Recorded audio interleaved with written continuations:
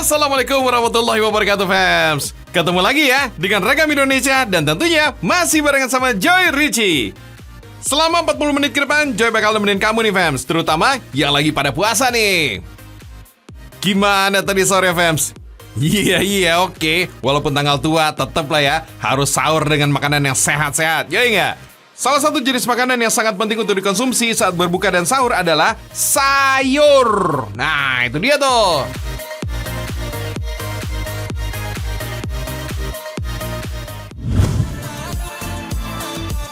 Nah, fams, ada fakta unik tentang sayur yang mungkin belum diketahui oleh banyak orang. Apalagi buat orang-orang yang lagi pengen nurunin berat badan nih. Makanya disimak ya. So, tahu kan kembang kol? Ternyata kembang kol ini adalah hasil persilangan yang dilakukan oleh manusia. Kamu tahu nggak, fams, yang disilang sayur apaan? Ternyata yang disilangkan itu adalah kubis dan brokoli. Jadilah kembang kol.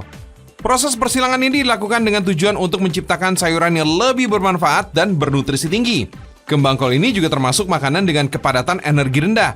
Jadi, sangat cocok banget nih untuk menurunkan berat badan. Wih, mantap nih, fams. Boleh juga tuh. Kita lanjut ke wortel ya, fams. Wortel adalah sayuran yang dikenal dengan warnanya yang oranye genjreng. Namun faktanya, ada wortel yang berwarna ungu, merah, kuning, dan putih. Dan masing-masing ini memiliki rasa yang berbeda-beda. Wow, ternyata ada ya. Nah, fams, yang kita ketahui wortel ini sangat bagus untuk kesehatan mata. Ternyata bukan hanya itu aja manfaatnya. Karena mengandung beta-karotin serta potasium, vitamin K1 dan antioksidan. Wortel ini juga baik untuk menurunkan kadar kolesterol dan sangat cocok untuk menurunkan berat badan. Oke, patut dicoba juga nih satu ini ya. Kita lanjut ke bayam, fams. Nah, siapa sih yang belum pernah makan bayam yang kaya akan vitamin A ini? Faktanya, bayam juga mengandung lutein dan zeaxanthin. Dua senyawa ini dapat membantu memperbaiki penglihatan dan mencegah kerusakan pada retina. Lalu, fams, jika kamu membandingkan 100 gram bayam dengan 100 gram daging hamburger giling, kamu akan menemukan lebih banyak zat besi di dalam bayam dibanding daging giling. Wow banget kan tuh? Dan zat besi yang tinggi dalam bayam ini bermanfaat untuk mencegah kerontokan rambut. Ini fakta penting lagi nih, fams. Bayam dapat membantu memuaskan nafsu makan, sehingga dapat membantu menurunkan berat badan. Sangat cocok nih buat kamu yang sedang program menurunkan berat badan.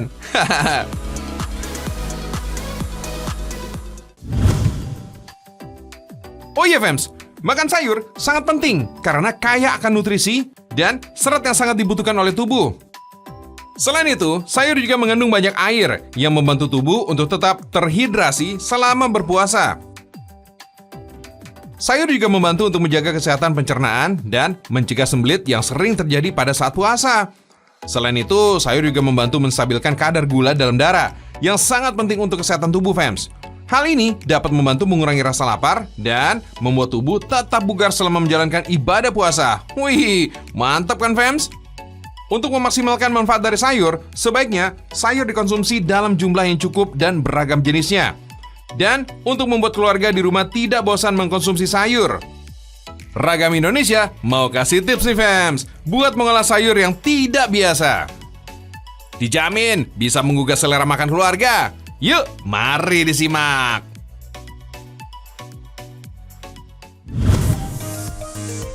Ada es krim yang terbuat dari sayuran loh, fams. Dijamin deh menggugah selera keluarga.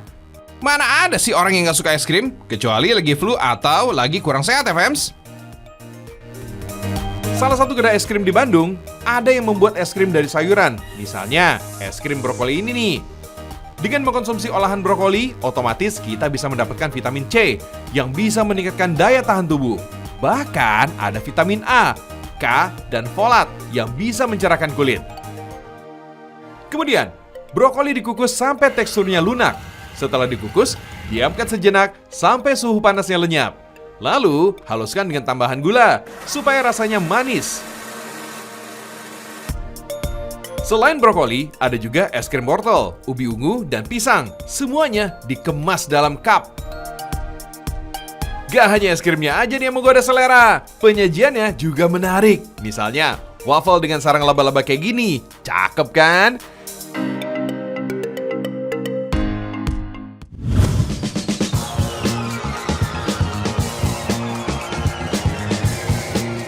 Kita lanjut ke Sumatera Selatan ya, Fems. Ini nih, baru yang namanya inovasi kekinian. Pempek sayur dan buah ala pempek Sultan Pindang Agan. Wih, yang satu ini nih, gak boleh kita lewati nih, Fems.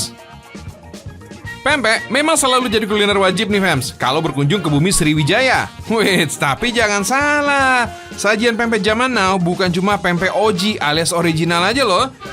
Berbagai inovasi kini bisa kita temukan. Salah satunya sajian pempek sayur dan buah, Fems. Warna dan tampilannya yang menggemaskan tentunya jadi daya tarik nih. Tapi bukan itu aja, Fems. Rasanya juga nggak kaleng-kaleng loh. Penambahan sayur dan buah pada pempek ala Sultan Pindang Agan ini membuat sensasi tersendiri loh, Fems. Ada cita rasa segar di setiap gigitannya. Tapi rasa ikannya tentu tetap dominan, Fems. Apalagi dinikmati sambil nyeruput cuko, yaitu cara tradisional menikmati kuah cuko ala wong Palembang. Oh iya, Fems, ada cerita unik nih di balik tercetusnya inovasi olahan ini. Ternyata kreasi dari Vivi, owner Sultan Pindang Agan ini lahir dari pengalaman pribadinya loh, Fems.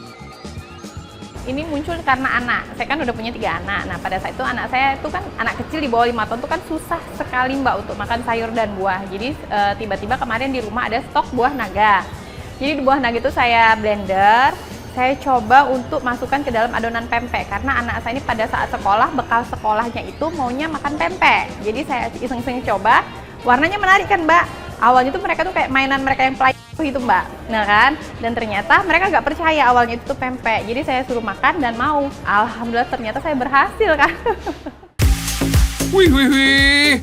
Bu Ibu, boleh dicontoh nih. Membuat olahan dari sayur dan buah gini ternyata bisa jadi jalan pintas nih, biar sekecil doyan makan sayur. Apalagi kalau bentuknya dan warnanya menggemaskan kayak gini. Dijamin deh, si kecil nggak bakal nolak, Fems. Dengan menambahkan buah serta sayur di dalam pempek, tentunya kandungan gizinya semakin berlipat ganda, Fems. Selain protein dan kalsium yang pastinya didapat dari ikan, bahan utama di dalam pempek, terdapat juga berbagai vitamin serta mineral dari sayur dan buahnya, Fems. Seperti kandungan vitamin C pada buah naga, zat besi pada sawi, dan vitamin A dari wortelnya, Fems. Oh iya, Fems, pempek ini memang patut banget nih jadi kebanggaannya wong Palembang. Gimana enggak? Pempek tidak hanya digemari pasar dalam negeri aja. Kuliner satu ini juga eksis di wilayah ASEAN, Fems. Pempek kini telah diekspor ke berbagai negara yang berada di ASEAN, seperti Malaysia, Vietnam, Singapura, dan Thailand. Bahkan baru-baru ini, pempek dinobatkan sebagai salah satu olahan seafood terbaik dan terenak di dunia. Bahkan mengalahkan sushi loh, Fems. Widih, yang bikin makin bangga nih, Fems. Jika banyak kuliner yang merupakan hasil akulturasi budaya luar yang dibawa ke Indonesia, pempek justru merupakan olahan asli masyarakat Palembang sejak dulu loh. Ada beberapa versi sejarahnya. Sebagian menyebutkan bahwa pempek ini sudah ada sejak zaman Kerajaan Sriwijaya. Sebagian lagi menyebutkan pempek ini sudah eksis sejak zaman kolonial. Bede, ini baru nih, Palembang Pride.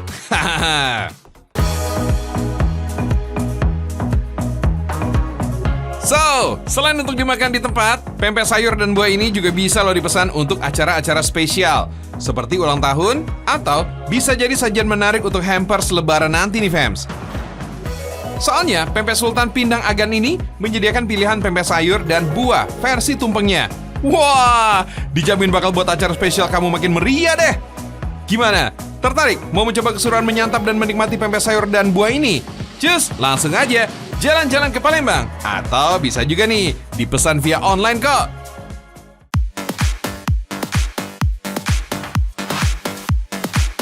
Masih ngomongin olahan dari sayur nih, Fems, dan buah tentunya ya. Ada yang unik lagi nih, Fems. Ada mie ayam terbuat dari sayur dan buah. Bukan cuma mie celor aja nih yang jadi andalan warga bumi Sriwijaya. Inovasi mie kekinian kayak gini wajib dicobain nih, Fems. Dari warnanya aja udah menggugah. Tapi sebelumnya, kita intip dulu yuk proses pembuatannya.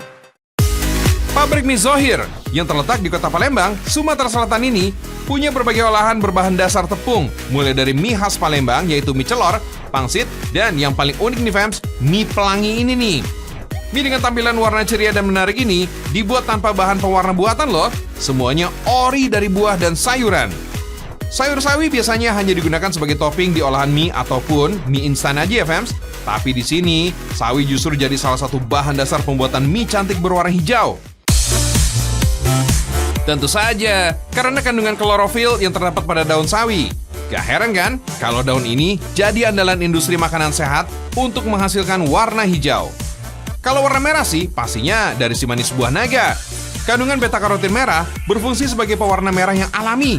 Wits, tapi inget ya, fams, gunakan buah naga dengan jenis daging berwarna merah. Kalau yang putih sih ya nggak ada pengaruhnya. Buat warna kuning cerahnya, tentu saja wortel jadi juaranya nih. Oh iya, fams, meski dikenal dengan warna oranye, wortel ini aslinya ternyata berwarna putih dan ungu loh. Tapi sejak abad ke-17, wortel oranye ini lebih marak dibudidayakan. Soalnya, wortel ungu mengandung pigmen antosianin yang larut air. Sehingga saat dimasak, wortel ungu ini akan melepaskan warna ungu dan seluruh masakan akan berwarna ungu. Kalau adonan telah tercampur rata, mie harus dipres minimal 5 kali, fams, agar tipis dan mudah dicetak. Bentuk mie ini dibuat menjadi 2 macam, fams. Ada mie keriting dan ada juga yang lurus-lurus. Biasanya sih, mie yang lurus begini identik untuk jadi mie ayam, fams. Wih, karena menggunakan pewarna alami, hasilnya mie ini jadi cantik dan ngejreng banget kan, fams? Selain nggak menggunakan bahan pewarna buatan, mie Zohri ini juga nggak menggunakan pengawet. Makanya, setelah dibuat, langsung dijual fresh kepada pelanggan. Mie sayur dan buah ini bisa diolah di rumah ataupun di warung-warung mie ayam.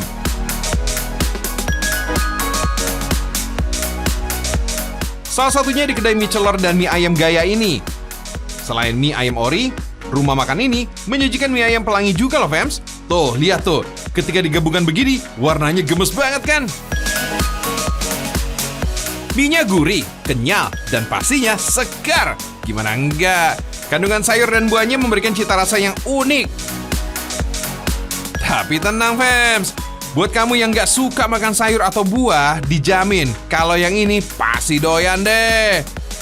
Gimana, fams? Tertarik ya nyobain olahan dari sayur? Harus dicobalah agar puasanya tetap sehat dan ceria.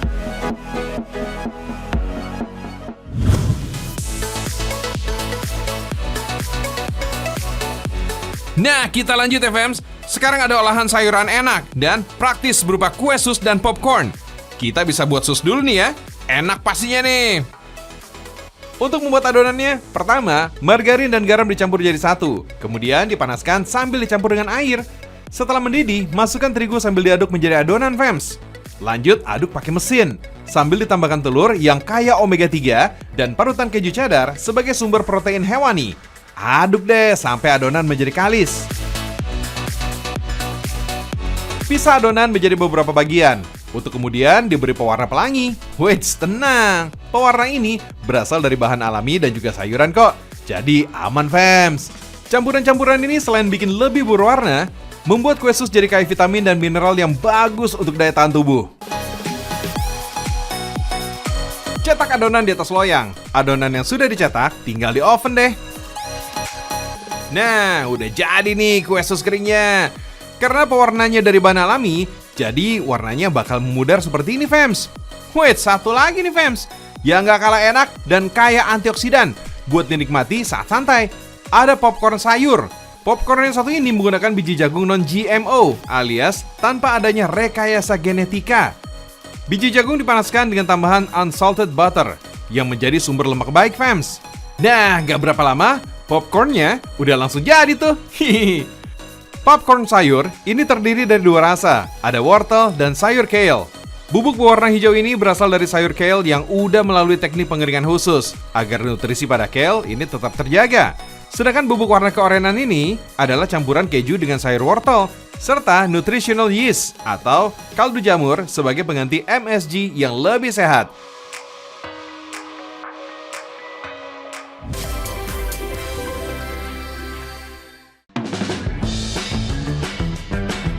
Balik lagi ya, fams, di Ragam Indonesia. Tentunya masih barengan sama Joy Richie. Nah, buat kamu nih yang lagi berpuasa, ngabuburit sore ini, kira-kira mau kemana ya? Udah ada acara belum? Nah, Joy punya ide nih.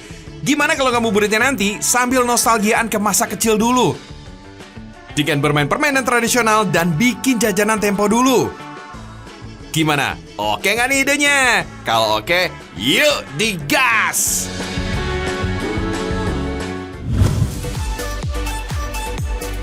Salah satu kegiatan ngabuburit yang paling sering dilakukan oleh anak-anak maupun dewasa adalah bermain layangan. Layangan ini merupakan mainan tradisional yang udah ada sejak zaman dahulu kala, fams. Bentuk dan ukurannya bervariasi, ada yang berbentuk ikan, gurita, perahu, macan, hiu, dan masih banyak lagi. Cara memainkannya pun bervariasi, tergantung pada jenis dan ukuran layangan yang dimiliki, fams. Bermain layangan selain bisa membuat kita bernostalgia di masa kecil, juga memiliki banyak manfaat, fams. Salah satunya adalah melatih ketangkasan. Bermain layangan juga dapat menjauhkan kita dari kegiatan buruk seperti bermain game atau nongkrong di warung kopi. Batal dong puasanya, apalagi di warung. Walah! Kalau kurang puas bermain sendirian atau kelompok, bisa juga nih ikutan festival layangan. Biar tambah seru kan, fams? Wih, gede-gede kan layangannya? Bermain layangan membuat kita berada di luar ruangan dan terpapar sinar matahari. Nah, hal ini juga nih yang dapat ngebantu tubuh kita untuk menghasilkan vitamin D yang penting untuk kesehatan tulang. Selain itu, bermain layangan juga dapat membantu mengurangi stres. Ayo fams, yang lagi stres boleh loh dicoba ngabuburit bermain layangan. Dan gak hanya itu aja. Dengan bermain layangan, kita dapat belajar tentang bekerja sama dan saling membantu dengan sesama, fams. Mantap kan, fams?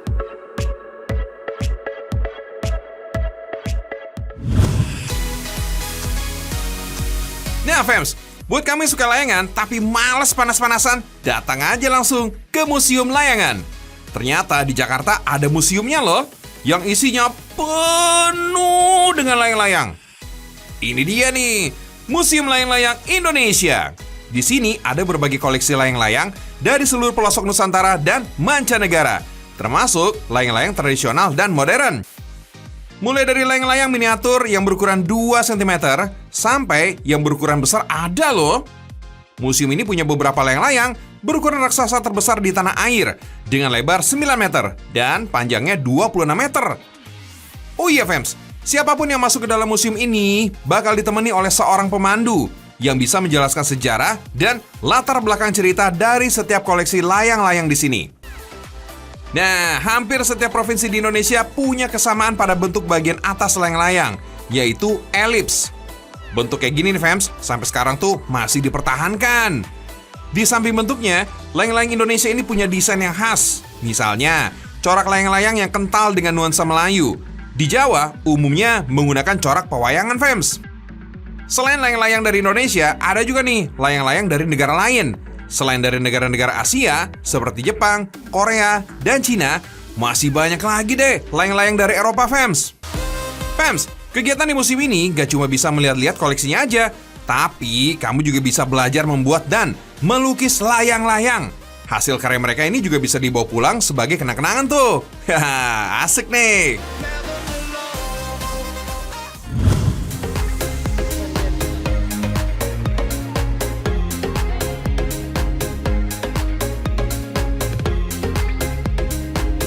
Oke, fams, masih soal layang-layang nih.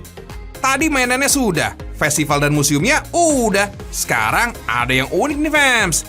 Ada tempat yang dijuluki Kampung Layangan. Iya bener tuh, ada di Sukabumi, Jawa Barat. Yuk, kita cabut ke sana. Lokasinya ada di Kampung Babakan, Desa Dharmareja, Sukabumi, Jawa Barat. Nah, fams, Kampung Layangan bukan hanya di Dharmareja saja. Di Desa Cibolang juga ada nih, fams. Para pengrajin biasanya membuat layangan di rumah masing-masing. Masing-masing rumah memiliki tugas yang berbeda-beda, fams. Ada yang tugasnya meraut bambu, mengikat rangka, lalu ada juga nih yang menyatukan rangka dan kertas. Kebanyakan yang dibuat di sini jenis layang-layang klasik untuk aduan. Kita intip yuk cara buatnya. Di sini bambu tali jadi bahan utama untuk membuat rangka layang-layang. Selain karena jarak antar ruasnya ini cukup panjang, jenis bambu ini juga cukup lentur. Jenis bambu tali yang lebih kuat dan tahan serangga ini sering juga dimanfaatkan untuk bahan bangunan, fams. Kalau untuk layangan, bambu usia sedang berwarna hijau gelap ini jadi materi yang terbaik. Panjang ruasnya bisa sampai setengah meter, fams. Super deh. Setelah dibelah jadi lebih kecil, buang bagian daging batang. Bagian batang yang ada kulitnya jauh lebih luntur dan kuat ketimbang dagingnya aja. Biar nggak ada serta yang berantakan, bambu lanjut diserut sampai halus. Serat bambu yang cukup tajam bisa berbahaya. Bisa nancap di tangan, fams. Biasanya untuk merawat bambu ini tugasnya bapak-bapak nih, fams. Bambu tali jadi bahan utama untuk membuat rangka layang-layang. Selain jarak antar ruas suku panjang, jenis bambu ini juga cukup lentur. Untuk menjadi rangka layangan, jenis bambu tali yang berumur sedang, berwarna hijau gelap ini merupakan pilihan yang terbaik. Bambu pada layangan ini memiliki 3 fungsi utama. Pertama, sebagai penegak dan pemberi bentuk pada layangan. Ketika ingin membuat layangan biasa yang berbentuk segi 4, rangka bambu diikat dan dijalin menjadi bentuk seperti ini nih, fams. Yang kedua, fungsinya untuk penegak layangan. Jelas aja dong, fams. Tanpa rangka bambu, layangan hanya selembar kertas yang terbang gak karuan. Yang ketiga, ketika kertas direkatkan ke rangka bambu, layangan akan terentang dengan baik dan membungkus rangka sepenuhnya.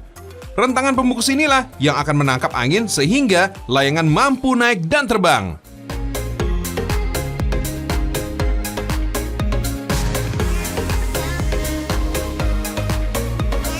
Ngebuat layang ini nggak bisa asal, fams.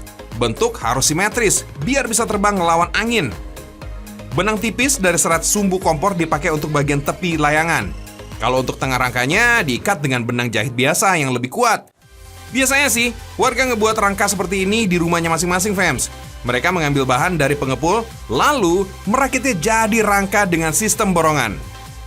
Imbalan diberikan berdasarkan jumlah rangka yang dibuat. Semakin cepat dan banyak kerjanya, semakin banyak pula nih imbalannya. Dalam sehari mereka bisa loh, fams, ngebuat ribuan unit rangka layangan. Banyak juga ya. Waktunya memasang kertas layangan nih.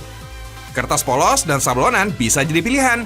Kalau yang polos bisa loh dihias sendiri pakai cat jenis akrilik. Kertas layangan ini biasanya dibeli meteran, fams. Jadi selain bertugas untuk merekatkan rangka ke kertas, ada juga nih ibu-ibu yang bertugas untuk memotong kertas layangan sesuai dengan ukuran yang dibutuhkan.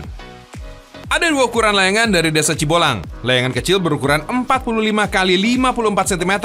Sedangkan layangan yang lebih besar berukuran 50 x 54 cm. Setelah jadi, layangan dari Sukabumi ini biasanya dijual sebanyak 1000 lembar per paketnya. Lebih murah, fams. Tapi kalau mau beli eceran alias satuan juga bisa kok.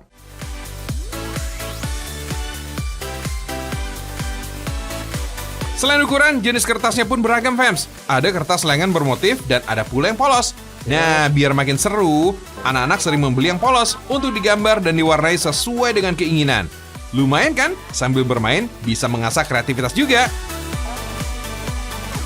Layangan produksi Sukabumi didistribusikan ke wilayah Jawa Barat lainnya seperti Bogor, Karawang, Bekasi, dan juga sampai ke Jakarta, fams.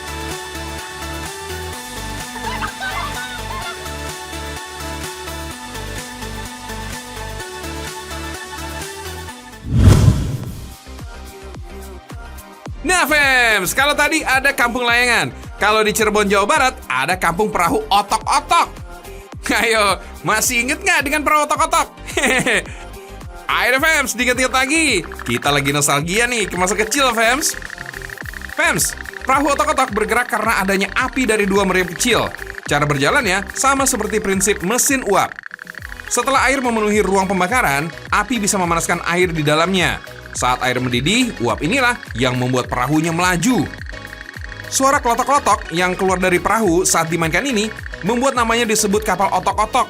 Bunyi ini tercipta karena rebusan air yang menggerakkan 2 pipa kecil atau meriamnya. Mainan tradisional ini ternyata dibuat dari seng atau kaleng bekas loh. Sekarang, buat pola badan perahu pada seng.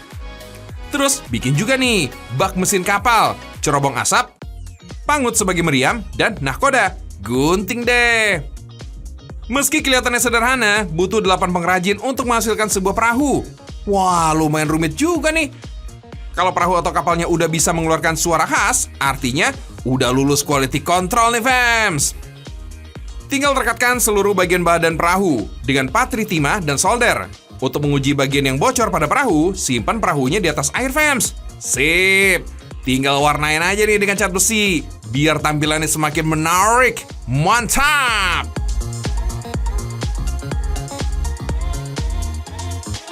Lanjut, kita cat ya fams. Jangan kaget kalau semua proses pengecatannya dilakukan oleh ibu-ibu. Mereka adalah ahlinya loh. Lihat nih tangan-tangan terampil ibu-ibu ini. Begitu cepat dan cekatan ya. Dengan diberi warna, kapal otok-otok akan terlihat semakin cantik dan menarik. Lucu kan fams warna-warni? Setelah dicat, kapal otok-otok lalu disusun, kemudian dijemur, lalu dikemas dan dikirim ke berbagai kota di Indonesia.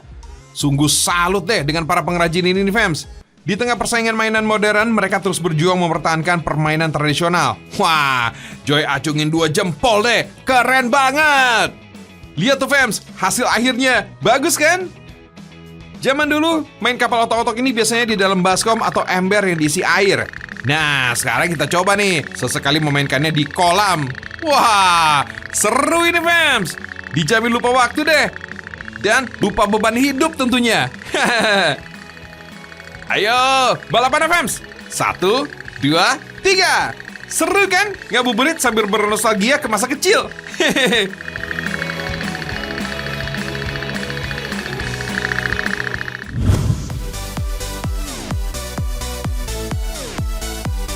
Fams, tadi permainannya udah. Boleh dong jajanannya dinostalgiain. Hehehe. Fams, jajanan ini manis banget. Cocok banget nih buat buka puasa nanti fams. Pada tahu kan jajanan manis ini apa namanya? Marshmallow. Yes, makanan ringan yang bertekstur lembut seperti busa dan manis banget. Kalau disantap, meleleh deh tuh di mulut fams. Sabar-sabar, ini ujian. Kan biar semangat puasanya dan kuat sampai azan maghrib nanti ya. Manisan lembut ini emang digemari dari berbagai kalangan fams. Kalau zaman dulu marshmallow hanya ada rasa original aja atau manis gula aja. Tapi sekarang ada banyak varian rasanya nih fams.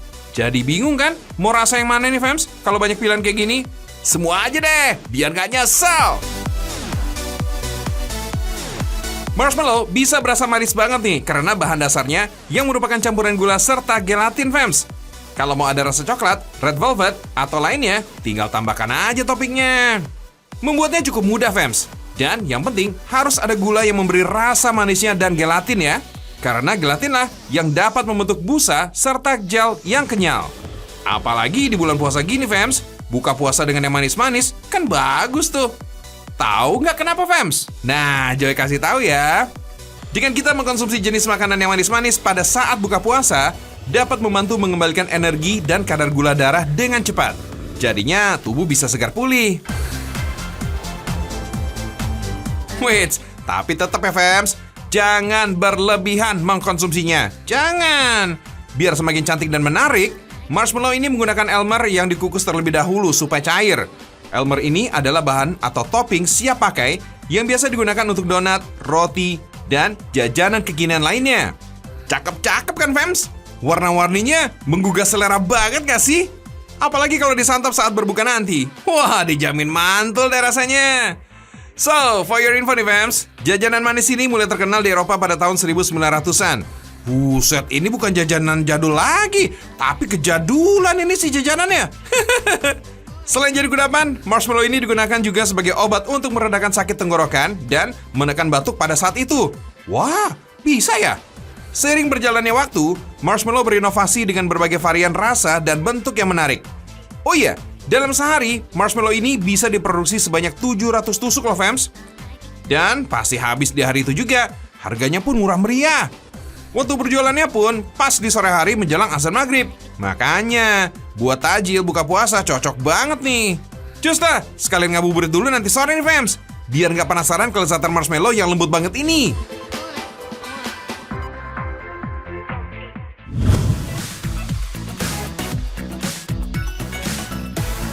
Fams, masih nostalgia ke masa lalu. Ada jajanan jadul yang masih ada sampai sekarang loh fams. Buat bocil kekinian, coba tanya dulu nih sama emak bapaknya. Pasti dulu kecilnya pernah nyobain jajanan kue yang beginian kan? Kalau kue balok coklat yang lumer adalah versi yang lebih kekinian. Camilan dengan bentuk sejenis versi jadul juga ada nih fams. Namanya kue rangin. Kue rangin juga memiliki beberapa penyebutan di berbagai daerah. Umumnya bahasa Jawa menyebut kue ini dengan sebutan kue gandos. Sementara di Jawa Barat disebut kue bandros. Orang Betawi biasa nyebutnya dengan sebutan kue pancong. Atau di Bali disebut kue daluman. Kue berbahan dasar tepung beras, santan, dan garam. Ada juga nih yang menambahkan kelapa parut atau daging kelapa cincang.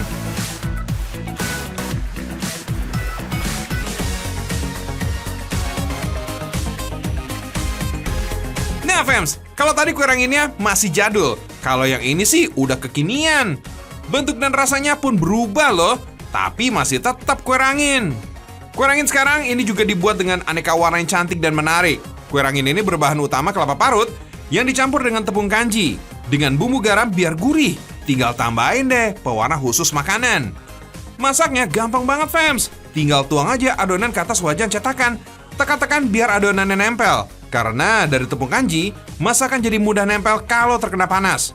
Masaknya juga nggak butuh waktu lama. Banyak loh yang mengira kue rangin ini sama kayak kue pancong. Padahal beda banget tuh. Satu-satunya kesamaannya cuma cetakannya aja nih. Kue pancong berbahan terigu dan gula. Tingkat kematangannya ini bisa disesuaikan dengan selera. Ada juga tuh adonan setengah matang ini, Fems. Terus kasih topping es krim, coklat, dan sereal. Kekinian banget ya. Kalau kue rangin warna-warni sih, toppingnya mentok di gula merah cair, Fems. Biar rasanya tetap asli.